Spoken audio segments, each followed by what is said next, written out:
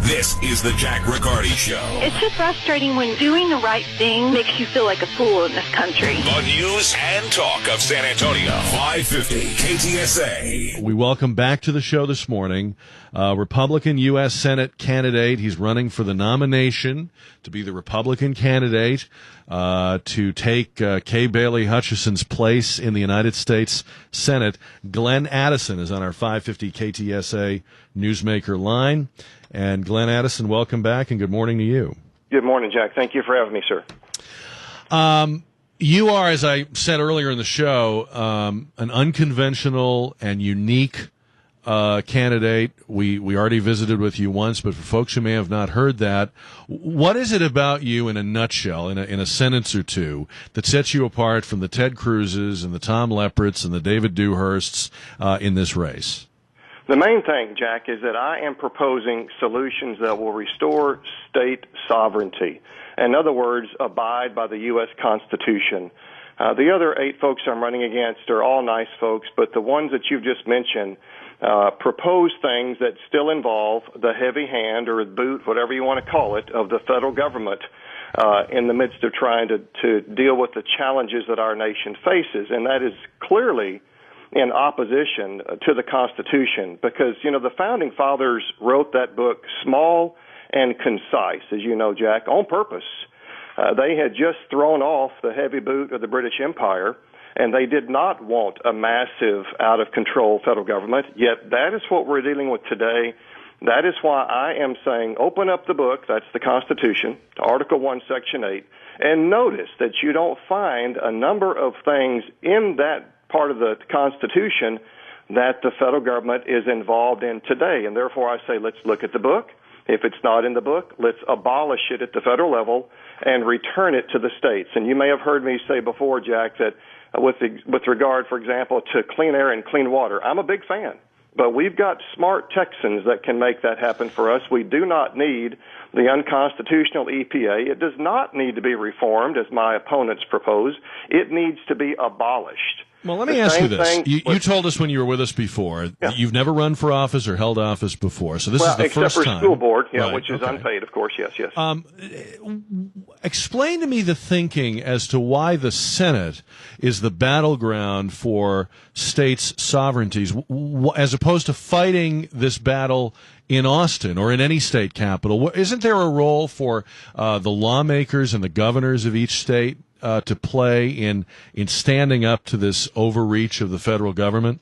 There is, and that's why I think that if we continue to have people in the Congress that will not change these things, we're going to have to look seriously at the matter of nullification. And Tom Woods has got a great book out on that about nullification, where the states say to the feds, you know what, that is not constitutional. We will not enforce that law in Texas, and we will not allow any federal officials to come to Texas to try to enforce it. Our county sheriffs would then be called upon to arrest anybody that comes into their county that's trying to usurp the state's rights and, in essence, usurp the Constitution.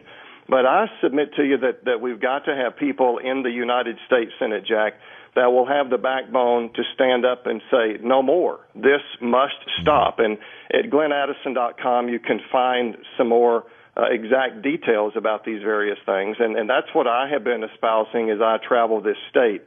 Unfortunately, we've got to get rid of this mentality of just continuing to send career politicians and elitist insiders to represent us, because my question is, how's that working out for us, you know?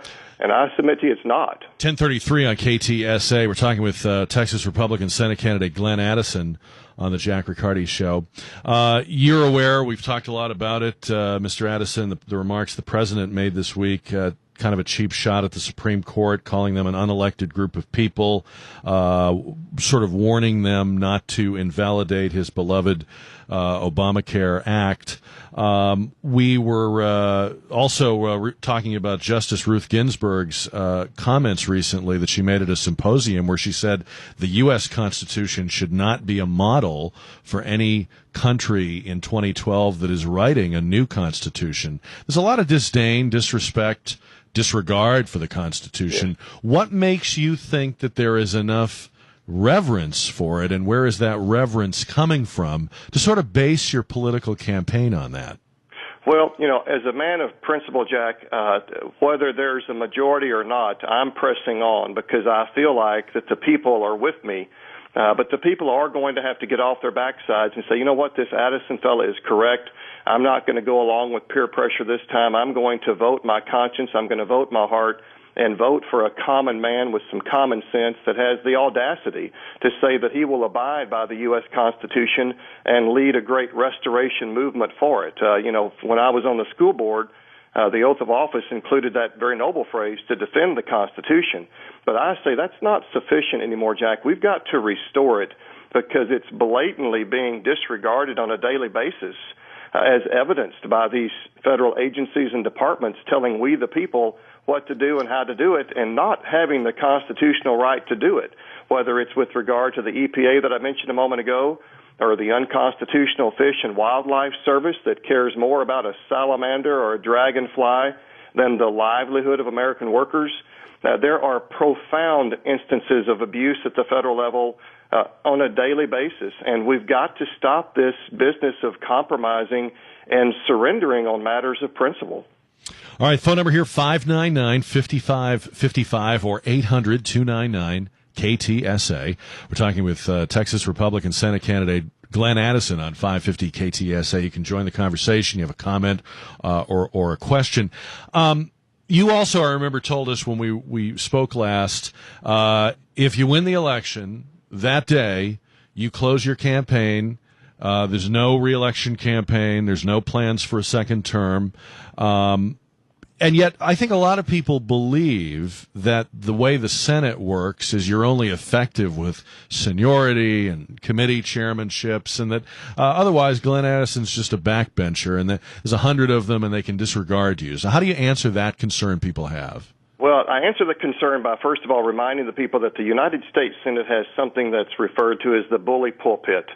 And I will be in that pulpit on a daily basis, if necessary, holding up the Constitution of the United States, admonishing my 99 colleagues to pay attention to it, to hold it in reverence, and to not continue to disregard it. And I will try to make sure that the people of the United States are made aware that in many cases their own senators are not abiding by the Constitution, try to get people back to the book, call attention to those that blatantly disregard it, so that hopefully we, the people across the nation, will rise up and throw the rascals out that have no respect for it. It's this mentality of seniority and that, oh my goodness, we've got to keep this person in there. That's a mindset, Jack, that we as a nation have got to get away from, because look where it's gotten us. This mentality that only one or two people in the whole state of Texas can be U.S. senators, that is an outrage. There are thousands of Texans that would make outstanding U.S. senators if we get back to the main thing, which is following the Constitution and doing things the way the founders envisioned. Just much as I said, after 6 years, many of them came home, went back to their day jobs. And so we've got to change the whole mindset. A lady asked me what powerful committee I wanted to be on, and I said, ma'am, I hope that you'll try to rethink that line of thinking and realize that the powerful committees need to be in Austin and the other 49 state capitals. They don't need to be in Washington, D.C. And until we have an electorate that's willing to say, you know what, this man is correct. Look where this system has gotten us. And I believe that I can be a great spokesperson for the Constitution and drawing attention to it and build a coalition of people that do, in fact, love the Constitution and are willing to abide by it once again. I wonder, as I hear you talk, I wonder if you could have this kind of campaign anywhere else but Texas. And what I mean by that is that, as you know, in the era of the founding, people thought of themselves as citizens of their state. You were a gentleman from Virginia. You were a citizen of Massachusetts. You were not, people didn't go around the world and say they were from the United States. They said they were from, Pennsylvania. Sure. And I think we may be the only state that still has enough of that state identity or state pride to be able to say, I want to be a citizen of Texas. I'm fine with Texas being part of the Union, but I want the decisions that are made, the money that is taxed and spent, I want those decisions to be made closer to me because I believe we'll make them better. Do you think people across the country have basically conflated state government with federal government and maybe have become so discouraged that they think, well, it wouldn't matter if those decisions were made in my state capital. It would still be corrupt and I still would have nothing to do with it? You know, I would like to think that we can move in a direction where people are more like Texas in terms of wanting that independent ability to make decisions. Because, you know, the basic question, if you think about it in depth, Jack, what people from other states are essentially falling for is the fact that, I guess we don't have enough brains at the local level, at the state level, to solve our own problems. Right. To me, that's offensive to even imply that. We have a lot of smart Texans that can handle everything from energy and education to the environment to endangered species or what have you. And I submit to you that although there might be a couple of exceptions, so do the other states. And I'm joking when I say that about even a couple of states. There are brilliant people all across this nation that are perfectly capable of handling the problems that are faced in their communities and in their states. And the federal representatives, whether they be in the House or the Senate, need to be reminded of that. And I will be that person doing the reminding on a daily basis. And that this message, of course, the establishment doesn't really care for this message. That's one of the reasons I'm convinced that the Belo Corporation has not, as you know, invited me to this debate on April the 13th. I'm not one of the fat cats, as I would say. Well, how do they explain it? Do they say you have to have over a certain number in the polls, or what is it they blame it on their excuse is money and polls, but yet they made a clear exception, just a clear evidence of hypocrisy in my mind, when they invited Craig James to the debate, even before he had officially declared his candidacy, before he had raised one dime, and before there were any poll numbers on him. And it's because of this good old boy mentality that the press likes to be right there in the smoke-filled room with the politicians and the establishment in the Republican Party to be a kingmaker. And that's exactly what Belo is doing. WFAA in Dallas, I would ask your listeners if they care about liberty and they want all the voices heard to contact WFAA and to say, what is wrong with you people? Let the common man, Glenn Addison, in the debate. We want all the voices heard. Even if they're not supporting me, I think people would agree that everybody has a right to be heard. I've been doing, in the last year, I've done quite well in some of the straw polls among the activists. And the activists have been the ones that have been listening in from day one about the various opinions, and some of those straw polls I've actually I've actually won where people came and voted. Yeah. And after they heard not everybody, of course, Dewhurst was not there, but after they heard Cruz and Leopard and others, they, in some cases, gave me first place in those straw poll winnings, in many cases, second place. So let me ask you about that, though, because, and I'm not downplaying it, but let's look at Ron Paul's experience. He wins straw polls, he draws huge enthusiastic crowds, but in these primary and caucus states, he doesn't get nearly the number of votes that equate to the turnout at his events or his straw polls. Do you worry that people may be supporting you in the straw poll, but it may not translate to votes the way it hasn't for him? Well, I don't. Of course, this is my first rodeo and only rodeo, Jack, so I don't know all of the science of it, but I do know that enough people have said we like what Addison is saying, that I believe that the public has a right to at least hear the message and hear my constitutional positions and then make up their own mind. And I'm a big boy. If on May the 29th the people of Texas say, no, Addison, we don't love the Constitution as much as you do, head on home, I won't be too happy about it, but certainly I can handle it, and I will go home. I submit to you that doors are opening. The Lord's been gracious and has opened a number of doors that I sure couldn't make open. So I feel like that the people are speaking out. Now, obviously, according to WFAA, they're not speaking out according to their criteria, but it just galls me that this big corporation is telling the people of Texas who they can hear and who they cannot. It would not cost them one extra penny to include me in the debate, but yet they obviously are falling for the establishment message of letting the people choose only from among four voices instead of including me like I was included in that. Maybe you could convince one of the other candidates to let you stand at his podium with him. See if one of the other guys will share the podium with you, and then you can be there, right? Well, I will tell you this: Lieutenant Governor Dewhurst, has been reported by the Dallas Morning News, said that he thought that I should be included in the debate. Good for him. But yet WFAA has not done that. All right, let me get a couple of calls for you quickly here before we take a break. Glenn Addison, Senate candidate. Don is on 550 KTSA. Hi, Don. Hello, Glenn. I was just wondering, do you think that it's time that there are like two-term term limits for Congress and Senate? And if you do, would you propose it? Good question, and absolutely, I have been proposing a total of 12 years maximum. As I have said for myself, I'm proposing 1 6-year term because I believe that somebody needs to set the example so that we can stop the cynicism, try to do something about it. My own personal term limits proposal is modeled after what I see in Article 5 of the Constitution.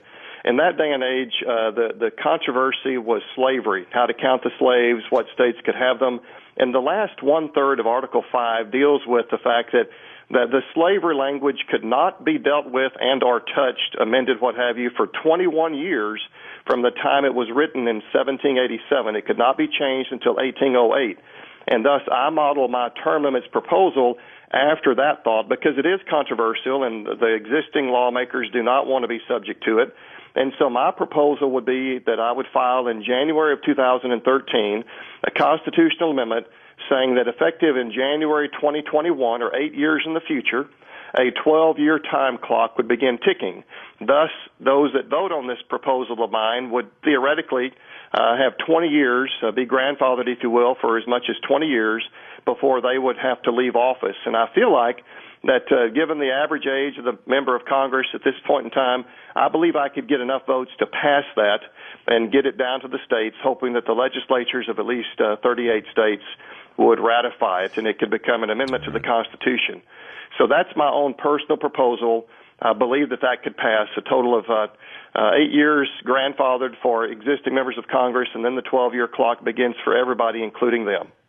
Got to stop there for now. Hope we can get you back again. One more time, the website is GlennAddison.com, Glenn with 2 N's, Addison with 2 D's, GlennAddison.com. Jack, honored to be with you. Appreciate your time so much. Always enjoy talking to you. Good luck. We'll talk to you again. Glenn Addison, Republican candidate for Senate.